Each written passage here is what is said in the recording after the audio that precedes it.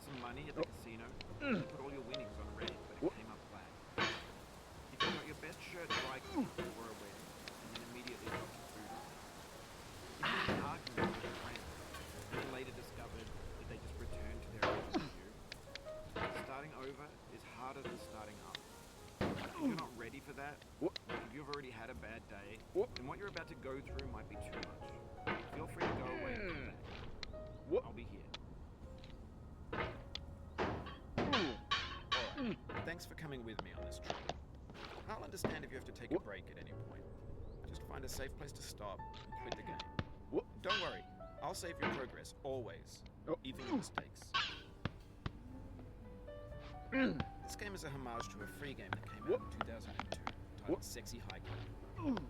The author of that game was Jazzuo, a mysterious Czech designer who was known at the time as the father of B games. And B games are rough assemblages of found objects. Designers slap them together very quickly and freely, and they're often too rough and unfriendly to gain much of a following. They're built more for the joy of building them than as polished products. In a certain way, Sexy Hiking is the perfect embodiment of a B game. It's built almost entirely out of found and recycled parts, and it's one of the most unusual and unfriendly games of its time. In it, your task is simply to drag yourself up a mountain with a hammer. That act of climbing, in the digital world or in real life, has certain essential properties that give the game its flavor. No amount of forward progress is guaranteed. Some cliffs are too sheer or too slippery, and the player is constantly, unremittingly in danger of falling and losing everything.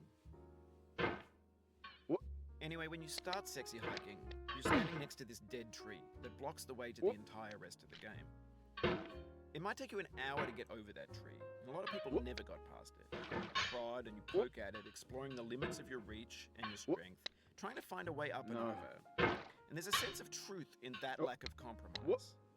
Most obstacles in video game worlds are fake. You can be completely confident in your ability to get through them once you have the correct method or the correct equipment or just by spending enough time. In that sense, every pixelated obstacle in Sexy Hiking is real. The obstacles in Sexy Hiking are unyielding, and that makes the game uniquely frustrating. But I'm not sure Jazzuo intended to make a frustrating game. The frustration is just essential to the act of climbing, and it's authentic to the process of building a game about climbing. A funny thing happened to me as I was building this mountain. I'd have an idea for a new obstacle, and I'd build it, test it, and it would usually turn out to be unreasonably hard. But I couldn't bring myself to make it easy. It already felt like my inability to get past a new obstacle was my fault, as a player rather than as a builder. Imaginary mountains build themselves from our efforts to climb them, and it's our repeated attempts to reach the summit that turns those mountains into something real. When you're building a video game world, you're building with ideas, and that can be like working with quickset cement. You mold your ideas into a certain shape that can be played with, and in the process of playing with them, they begin to